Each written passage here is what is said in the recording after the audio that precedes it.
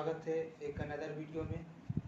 तो मैं आपको इस वीडियो में पॉलिटिक्स का एक बहुत ही महत्वपूर्ण टॉपिक पढ़ाने जा रहा हूं, जिसका नाम है समान नागरिक संहिता। ये होता क्या है और इसकी ज़रूरत क्यों है, और कई जैसे हाई कोर्ट हो गए, सुप्रीम कोर्ट तक इस समान नागरिक संहिता कानून को सरकार से अपील की है लाने की कि इसे जल्द से जल्द लाएं। लेकिन ऐसा क्यों, आखिर इसमें है क्या, आखिर लाने की क्यों ज़रूरत पड़ी? तो चलिए पहले देखते हैं कि समान नागरिक संहिता होता क्या है और क्या यह संविधान में है। तो दोस्तों, समान नागरिक संहिता जो है यह हमारे संविधान के भाग 4 में है, जिसे नीति निर्देशक तत्व या डीपीएसपी भी कहते हैं। या जो है भाग 4 के आर्टिकल 44 में इसका वर्णन है। लेकिन यह कभी कानून का रूप नहीं लिए, क्योंकि संविधान में कहा गया कि जब तक जो है डीपीएसपी नीति निर्देशक तत्व में जितने भी अनुच्छेद हैं, जब तक सरकार संशोधन या संसद में प्रस्ताव लाकर इसे कानून का रूप नहीं दे देगी, तब तक यह जो है अप्लाई नहीं होगा। तो यहाँ तक आप देखेंगे, अब देखेंगे कि समान नागरिक संहिता क्या है।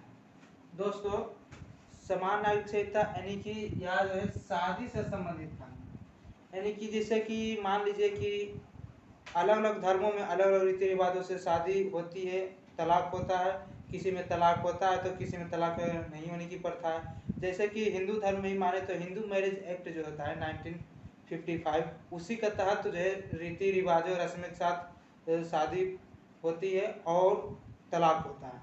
लेकिन यही अगर मुस्लिम धर्म की बात करें तो उसमें जो है तलाक के जिक्र नहीं किया गया। उसमें शादी तो हो जाता है लेकिन उसका रीति रिवाज अलग रहता है, हिंदू धर्म का रीति रिवाज अलग रहता है। तो ऐसे में कई बार कठिनाई होने लगती है कि शादी होने तो हो गया, लेकिन तलाक के समय दिक्कत हो जाती है कि तलाक दे कि नहीं दे। तलाक के बाद जो गुजारा भत्ता मांगा जाता है तो उसमें भी बोला जाता है कि जैसे कि मुझे जैसे गुजारा भत्ता चाहिए, जैसे कि हिंदू धर्म को मिल रहा है उसी प्रथा के तहत जो शादी किया तो उसी के तहत हमको भी गुजारा भत्ता देना चाहिए। लेकिन एक पक्ष कहता है कि यह मेरे कानून में है ही नहीं, कि मेरे धर्म कानून में है ही नहीं कि ये गुजारा भत्ता दूं। तो इसी को लेकर हमेशा कभी न कभी विवाद चलते रहता है। तो इसी में जो है समान नागरिक संहिता कहता है कि अगर एक देश है तो शादी का कानून भी एक होना चाहिए और तलाक का कानून भी एक होना चाहिए, जिससे कि विवाद ना हो और महिलाओं को इसी के साथ एक अधिकार प्राप्त हो, उसे भी संरक्षण दिया जाए, उसको भी आगे बढ़ने का मौका दिया जाए, उसका शोषण ना किया जाए कि जब चाहे हुआ शादी कर लिया और जब मन हुआ तलाक दे दिए, लेकिन उसके पास कोई गुजारा भत्ता पैसा वैसा है नहीं गुजारा करने के लिए। तो इसलिए समान नागरिक संहिता की जरूरत पड़ती है। इसे हम इंग्लिश में यूनिफॉर्म सिविल कोड भी कहते हैं और इसे साथ ही साथ कॉमन सिविल कोड भी कहा जाता है। दोस्तों, इसी से रिलेटेड एक बहुत ही फेमस केस हुआ था 1985 में, जिसे कहते हैं शाहबानो केस, या सुप्रीम कोर्ट में कहते हैं। इस केस को दोस्तों यूपीएससी में भी कई बार पूछा गया है, यह बहुत ही महत्वपूर्ण केस है। तो चलिए देखते हैं इस केस के बारे में कि क्या कहता है ये केस। दोस्तों, शाहबानो केस है 1985 में सुप्रीम कोर्ट गया।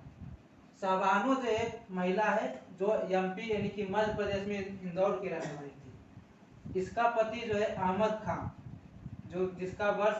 जिसकी उम्र 60 वर्ष है।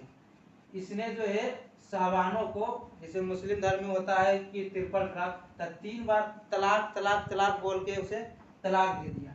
लेकिन ये भी तो बूढ़ी थी, तो इसको गुजारा भत्ता करने के लिए इसे तो पैसा चाहिए था, ये 5 बच्चे थे इसके, तो इसलिए इसने जो है केस कर दिया था और सुप्रीम कोर्ट में कहा कि गुजारा भत्ता हमें चाहिए। जैसे कि मैं एक औरत हूँ और मेरे 5 बच्चे, तो इसको गुजारा करने के लिए मुझे अपने पति से जो है गुजारा भत्ता चाहिए। इसके जवाब में अहमद खान ने कहा था कि मुस्लिम कानून में यह जिक्र ही नहीं है कि गुजारा भत्ता मैं दूं। इसी को लेकर विवाद चलता रहा, लेकिन सुप्रीम कोर्ट ने जो है एक सीआरपीसी के तहत जो अहमद खान को भत्ता देने के लिए कहा, लेकिन कहा कि आप ऐसा नहीं कर सकते, आप औरत को ऐसा बीच मझधार में नहीं छोड़ के जा सकते, उन्हें आपको गुजारा होने के लिए देना होगा गुजारा भत्ता के रूप में। तो एससी दे दी फैसला, लेकिन इसके विरोध में जो है कुछ मुस्लिम धर्म गुरुओं ने प्रदर्शन किया, सुप्रीम कोर्ट के फैसले का प्रदर्शन विरोध किया। तो इस कारण जो है देश में थोड़ा प्रदर्शन हुआ, जिसके कारण राजीव गांधी बहुत चिंतित हुए और मुस्लिम जो प्रदर्शन कर रहे थे इनको संतुष्ट करने के लिए एक कानून लाया, जिसका नाम था मुस्लिम महिला तलाक और संरक्षण अधिकार नियम, और इसे 1986 में लाया गया था।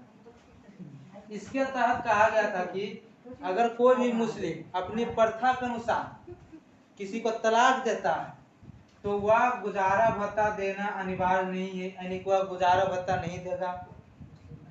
लेकिन इसके भी विरोध में कई हिंदू बहुसंख्यकवाद और अन्य लोग विरोध करने लगे इस कानून के। लेकिन जब कानून बन गया तो सुप्रीम कोर्ट के फैसला को भी बदलना पड़ा, जिसके कारण जो है शहबानो तो केस हार गई, लेकिन एक बड़ी आबादी में वह अपने समर्थन के लिए जगह बना ली। लोग जगह जगह शहबानो के समर्थन में विरोध प्रदर्शन करने लगे।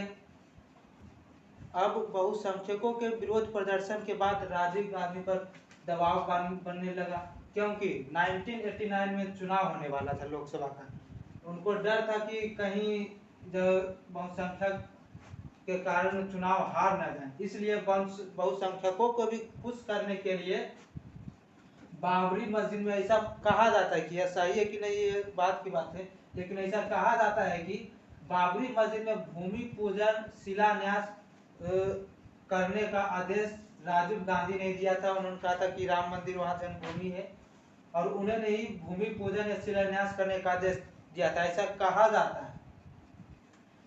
तो इसके बाद आता है डायरेक्ट 2011 में एससी ने फिर उस आदेश को खारिज कर दिया और कहा कि तलाक के बाद महिलाओं को संरक्षण के रूप में अधिकार मिलना चाहिए।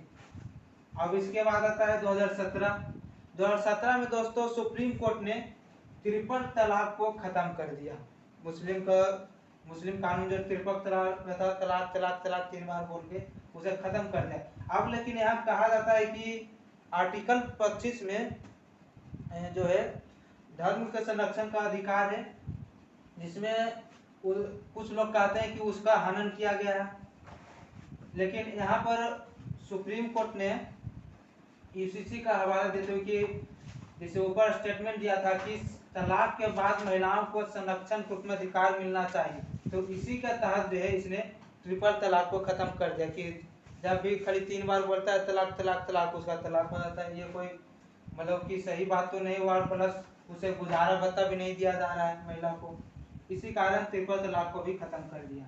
दोस्तों गोवा एक ऐसा राज्य है भारत का पहला एकमात्र राज्य है जहाँ जो है इन्फॉर्म सिविल कोर्ट है, और कई बार सुप्रीम कोर्ट जो गोवा की भी चर्चा कर चुका है कि जैसे गोवा में भी इन्फॉर्म सिविल कोर्ट चल रहा है, उसी प्रकार भारत सरकार को चाहिए पूरे भारत में इन्फॉर्म सिविल कोर्ट यानी कि समान नागरिक संहिता लाए।